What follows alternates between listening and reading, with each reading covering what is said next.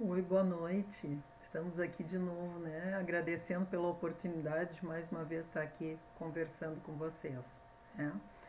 Então, hoje nós vamos falar um pouquinho, vamos pensar juntos um pouquinho sobre o destino dos animais após o desencarne, tá?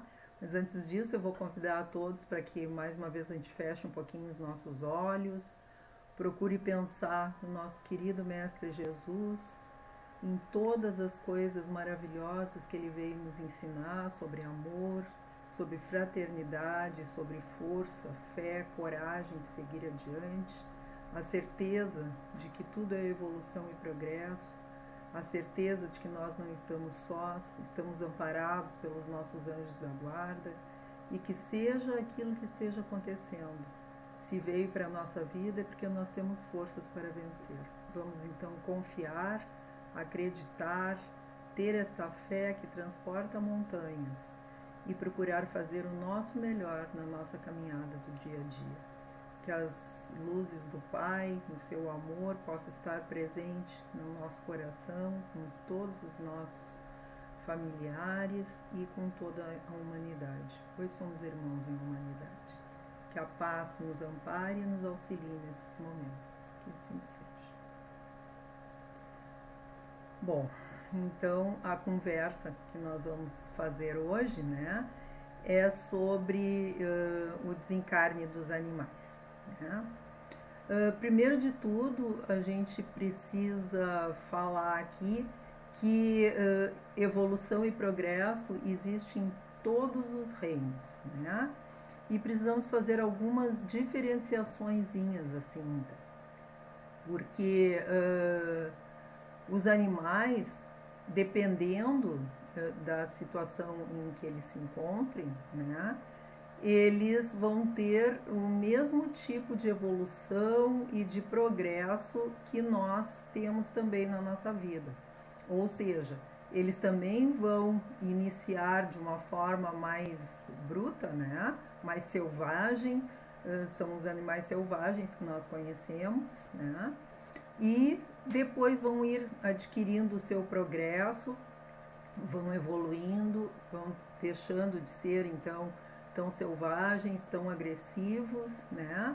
Para chegarem àqueles que são brandos e pacíficos, que são domesticados, vamos dizer assim, companheiros próximos e que estão aqui, vamos, para nos amparar, para nos auxiliar, para nos ensinar também.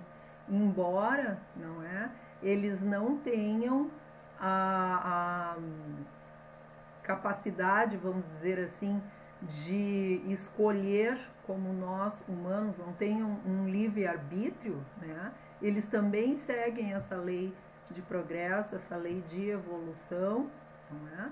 E têm a capacidade de desenvolver também a inteligência, né? Claro que de uma forma bem mais rudimentar, não é uma inteligência como a dos humanos, né? Mas é uma inteligência rudimentar que vai se aprimorando também, né? Até chegar em animais como os cães, os cavalos, os elefantes, que são considerados, vamos dizer assim, os mais inteligentes que a gente tem aqui, e que então muitas vezes mostram até um primórdio de vontade, né, de uma certa escolha, embora ela não seja de uma forma ainda consciente como em nós humanos, né? Mas então esse princípio da evolução para todos os seres. Os animais então, se eles têm alma coletiva ou alma individual. E isso aí fica assim, às vezes um pouco confuso, né? Porque na realidade eles têm já uma alma individualizada, porém ainda fazem parte de uma coletividade. Vamos dizer, porque como eles não têm ainda o livre-arbítrio e a escolha, eles ainda são gerenciados, vamos dizer assim, né, dentro dessa coletividade. Né? Então, eles quando desencarnam, eles não são como seres humanos que usaram seu livre-arbítrio de forma boa ou de forma ruim e que então vão ter aquela lei da atração para aquilo que fizeram.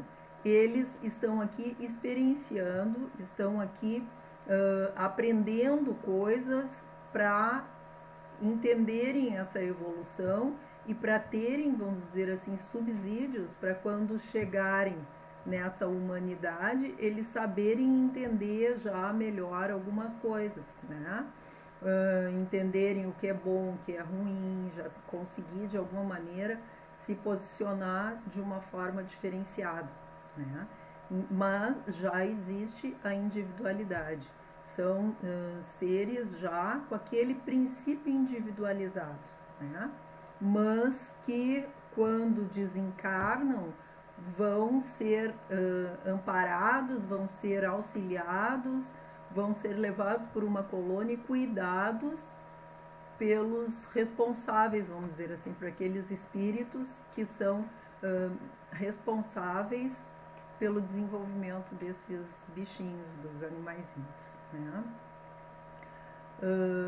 Eles aqui, eles não têm, assim, exatamente por não ter livre-arbítrio, eles não têm uma consciência da dor ou do sofrimento, mas nem por isso quer dizer que eles não sintam dor ou não sintam sofrimento. Então, é nossa responsabilidade, como responsáveis por eles, não é? Evitar de qualquer maneira que eles possam ter esse sofrimento maior, que seja aquilo que seja o necessário para a evolução e para o progresso deles. Mas nós, assim como temos que ser responsáveis pelas crianças que chegam, não é, às nossas mãos, também temos que ser responsáveis por aqueles bichinhos que chegarem até nós, né? E procurarmos, vamos dizer assim, agir da melhor forma possível com todos aqueles que de alguma maneira, mesmo não sendo nossos, né, possam chegar na nossa vida de alguma maneira, né? Que a gente possa dar o melhor para eles dentro dessa evolução. Então, vamos dizer assim, o fato deles não terem a consciência não dá o direito de um ser humano maltratá-los como muitas pessoas fazem, não é? Por quê? Porque eles sentem a dor física, sim. Muitas vezes isso é permitido para quê? Para esse aprendizado, dentro dessa evolução que eles estão tendo, eles guardarem, de repente, essa lembrança de que isso não é bom, né? Proveito tem. Nós, muitas vezes, ainda pela nossa incapacidade de compreendermos as coisas em muitos sentidos, não compreendemos direito isso, né? Mas na obra de Deus a gente sabe que nada se perde e que está tudo certo. Então existe um porquê de alguns animaizinhos, vamos dizer assim, terem que passar pela experiência difícil de serem, vamos dizer, bichinhos de rua, né? De ficarem reféns de pessoas que ainda os maltratam. E outros já terem a possibilidade de estar num lar cheio de amor, de carinho, cercados de crianças, cercados de pessoas que dão toda a atenção e hoje em dia que cuidam até como se fossem filhos, né? Então a gente tem que saber que na justiça de Deus tudo está certo. Então tem um porquê realmente para tudo isso. Mas temos que ter essa consciência de que todos os animais têm essa individualidade e que, vamos dizer assim, sofrem a dor, sofrem pela perda das pessoas, principalmente, que eles gostam, né? Embora eles não tenham muito essa consciência do que é, né? Então, não vai poder ser cobrado deles quando eles têm uma índole mais violenta, etc., porque tudo são experimentações que eles estão fazendo. Mas assim como nos homens não se regride, né, aqueles animais que já se desenvolveram, que já evoluíram, não voltam mais para a fase dos animais selvagens. Tá? A gente sabe que, dependendo, nós estamos aqui vendo as coisas sob uma visão espírita, né? Porque dependendo da religião, modifica a crença que se possa ter, né? Para os católicos, os bichinhos vão para o céu e ponto, né? Dentro do hinduísmo, eles não sabem bem, mas eles também evoluem para o reino humano, tá? Não sabem explicar direito, mas tem essa ideia da evolução também. Dentro do budismo, os animais, assim, tal qual os humanos, são capazes de sofrer, de sentir prazer, de sentir felicidade, né? Mas estão interligados, vamos dizer assim, de alguma forma, sempre aos humanos, né? No judaísmo, os animais têm alma, mas eles não sabem explicar direito o que acontece, né? E dentro do espiritismo a gente vê exatamente isso, que tudo é um ciclo. Tem um começo, tem o meio, tem o fim e depois tem o recomeço, que é a reencarnação. Os bichinhos também reencarnam e vão aprimorando, então, essa sua alma e essa sua individualidade, né? Até que cheguem nesse processo de passar para o reino humano. Isso não se dá só aqui nesse nosso planeta, né? Existe uma evolução que a gente não entende, não sabe como acontece, né? Mas a gente sabe que há muitas moradas na casa do nosso Pai. Então, existe também, até chegar no reino humano, provavelmente passem, né, por planetas mais evoluídos, etc., até poder reencarnar dentro do reino humano, né? Deve ser diferentes nesses outros lugares, porque a vida deve ser diferente. Existe outro nível de evolução, os seres humanos também já são mais desenvolvidos, então eles têm um aprendizado diferente também dentro dessa crescimento que eles vão fazendo, né? Existem então, como a gente falou, colônias especiais, espirituais, especializadas assim no cuidado dos bichinhos, né? Então, quando eles desencarnam, eles vão para essas colônias, né? E aí tem algumas coisas que podem acontecer. Normalmente, eles voltam logo em seguida para o plano físico, né? Para continuar com a sua experimentação. Mas alguns, às vezes, são utilizados para alguns trabalhos que precisam ser feitos, no sentido assim, muitas crianças, quando desencarnam, às vezes não estão se adaptando, sentem muita saudade da mãe, do pai, e aí eles usam um bichinho de estimação para fazer com que essa criança tenha uma melhor adaptação nesse seu pós-morte ou nessa sua reintegração, né, na vida espiritual. Então, mas tudo isso é escolhido por esses mentores que são responsáveis por eles nessas colônias, né? Passou um filme bem interessante, tem um livro também que chama, como é, 4 Vidas de um Cachorro, acho que é uma coisa assim, né? Eu não me lembro bem, mas é uma coisa assim. E em que eles mostram exatamente isso. O bichinho nasce com um menino que se davam super bem, etc., mas depois aí ele morre, né? Depois de um tempo ele morre, o humano continua e ele vem em outras experiências, não com este mesmo dono, mas vem em outras situações para aprender outros sentimentos, para aprender outras habilidades, né? E depois, no final da vida desse menino com quem ele esteve lá, ele retorna com aquelas habilidades que ele aprendeu até para auxiliar esse humano lá no seu final de vida.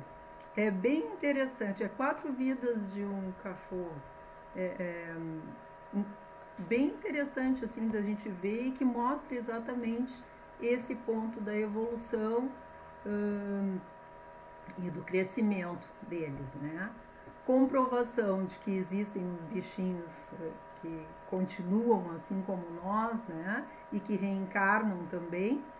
Tem uma história do Chico, que ele tinha uma cachorrinha, o nome dela acho que era Boneca, eu acho que era, né? E que o Chico sempre brincava com ela. Quando ela estava perto, o Chico dizia, punha ela assim perto do peito e dizia: "Ai, tô cheio de pulga, tô cheio de pulga". E ela lambia assim e ficava ali brincando com ele, lambendo assim, como se estivesse tirando as pulgas, né?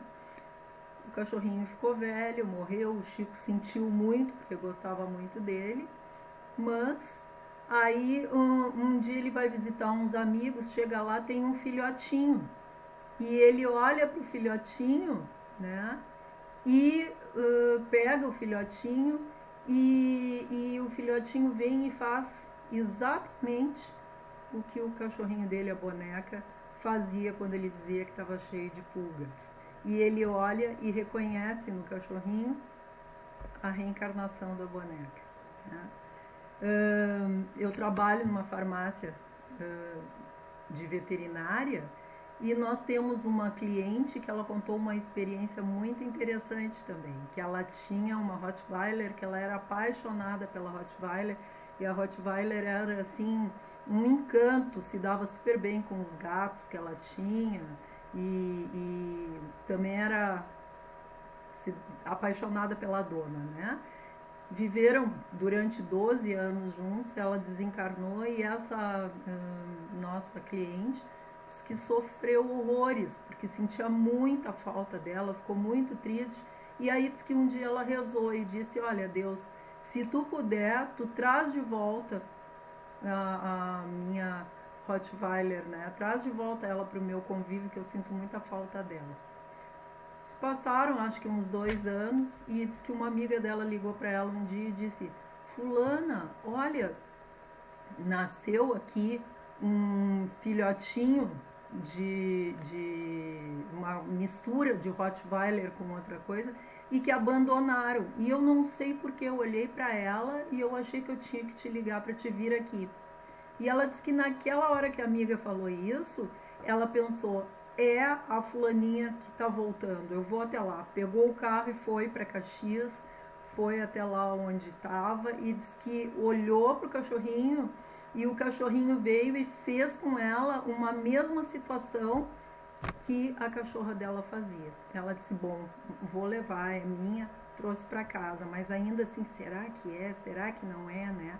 Aí disse que chegou em casa, largou o cachorrinho e o cachorrinho foi aonde estavam os gatos e fez exatamente a mesma coisa que a cachorra fazia com os gatos. Aí ela olhou e disse: "É realmente a fulaninha que voltou".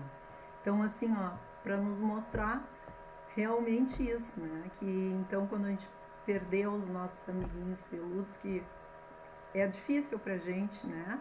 Que a gente tenha a certeza de que eles poderão sim retornar, né, no nosso ciclo familiar, se isso for bom para eles e para a gente.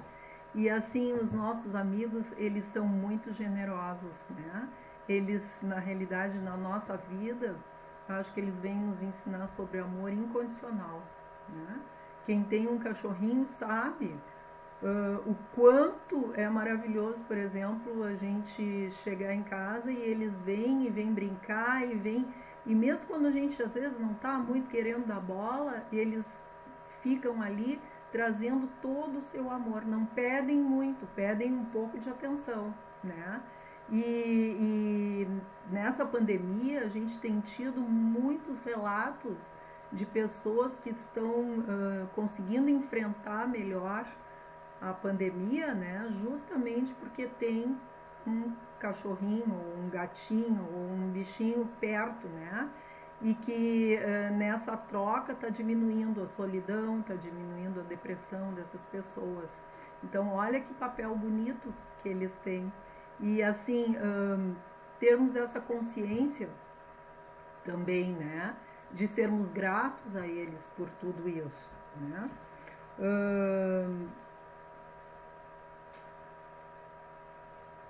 Tem uma coisa de que se o homem e o animal, vamos dizer assim, tem a mesma depois que desencarna, né?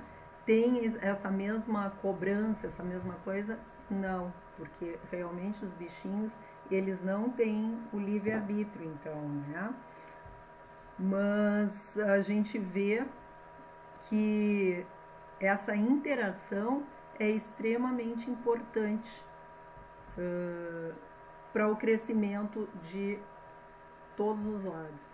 E, vamos dizer assim, a gente sabe que muitas vezes quando a gente desencarna, se é possível, né, às vezes a gente até tem a possibilidade de reencontrar um amiguinho nosso lá, se isso for uma coisa boa para ele e para a gente, né? Aí aqui só para trazer do livro dos Espíritos comprovação assim dessas coisas que a gente conversou, tem aqui uma pergunta que diz: gozam de livre-arbítrio os animais para a prática de seus atos? E aí eles respondem: os animais não são simples máquinas, como supões. Contudo, a liberdade de ação de que desfrutam é limitada pelas suas necessidades e não pode comparar a do homem. Sendo muitíssimo inferiores a esses, não têm os mesmos deveres que eles. A liberdade possuem-na restrita aos atos da vida material. Então, é bem isso. As coisas que eles fazem aqui, inclusive o desenvolvimento da inteligência e tudo, ainda está muito ligado às coisas da matéria. Ainda não tem essa consciência do espírito, né? Que vai ir sendo adquirida ao longo do tempo, né? Aí também ele pergunta: será que esse princípio ativo é uma alma semelhante à do homem? Esse que retorna, né? E ele também diz: é também uma alma, se quiserdes, dependendo isso do sentido que se der a esta palavra, né? Porém, inferior à do homem. Há entre a alma dos animais e a do homem distância equivalente à que medeia entre a alma do homem e os anjos, né? Aí ele dá pergunta: após a morte, conserva a alma dos animais a sua individualidade e a consciência de si mesmos? Conserva a sua individualidade. Quanto à consciência do seu eu, não. A vida inteligente lhe permanece em estado latente, né? E a alma dos animais é dado escolher a espécie de animal em que reencarne? Não, pois que lhes falta livre-arbítrio. Então é aquele grupo de espíritos, não é? Que vai ver qual a experiência que é melhor para ele e em que reino, né? E vamos dizer assim, não existe uma necessidade de que se encarnar, vamos dizer assim, como um lobo vai ter que ser cachorro, vamos dizer assim, o resto da vida, né? Talvez haja uma facilidade nisso, mas não é uma coisa certa. Vai poder ter experiências nos vários reinos, né? E existe, vamos dizer assim, uma comunicação entre os seres, mesmo que não seja na nossa linguagem, eles se comunicam, né? E essa comunicação que eles têm, isso também continua, vamos dizer assim, embora essa comunicação também não seja com essa consciência moral das coisas. E é por isso que eles não são cobrados em responsabilidades diferenciadas, porque eles têm a inteligência dentro da matéria, né? Mas ainda não têm a consciência moral das coisas. Então, as coisas que eles façam são pelos experimentos que eles estão passando, né? Não vão ser cobrados realmente porque não tem essa consciência moral, a escolha moral das coisas. Tudo é experimentação, né? Vamos ver aqui o que é mais que eu tinha. Tem vários livros, né, que corroboram essas questões. Tem Os Animais no Plano Espiritual, que é da Irvânia Prado. Aí tem um outro que é Os Animais Têm Alma, que é o Ernesto Bozano. São leituras bem interessantes da gente fazer, vamos dizer assim, para a gente ir abrindo mais, né, a nossa mente com relação a essas coisas, a esses outros conhecimentos, assim, dos outros reinos, né, que às vezes nos falta um pouquinho. Eu não sei se ficou claro, assim, ou se ficou meio confuso, né, mas a ideia é exatamente essa, que a gente pense só sobre as coisas e que a gente saiba que tudo é evolução e progresso, né? E tenha um pouquinho assim mais claro do que acontece com os bichinhos no outro plano também, né? Eu espero que de alguma maneira tenha dado para auxiliar um pouquinho dentro dessa visão, tá? Vou agradecer ao nosso Pai Maior por todas as oportunidades que Ele tem nos dado, por todas as chances de progresso e de evolução, pela compreensão que tem conosco, ainda sermos como crianças espirituais, e as oportunidades que Ele nos dá de aprendizado, de crescimento. Agradecer pela bênção desses nossos amigos animais na nossa vida, nos trazendo alegrias, nos trazendo conforto, nos trazendo ensinamentos importantíssimos sobre dar sem esperar receber, sobre amar incondicionalmente. Que teu amor, Senhor, possa abençoar a cada um deles, dando a cada um aquilo que precise para o seu caminho de evolução e progresso. E a cada um de nós, que nós possamos nos tornar cada vez mais conscientes do nosso papel neste mundo, junto com os nossos semelhantes, do nosso papel neste momento de transformação, que nós possamos aprender a fazer a nossa parte com bons pensamentos, com pensamentos de fé, de esperança, procurando ter alegria, procurando ter confiança nos desígnios de Deus. Que a paz e a luz possa estar com todos, amparando e auxiliando em todos os momentos, e que Deus possa estar conosco hoje e sempre, que assim seja.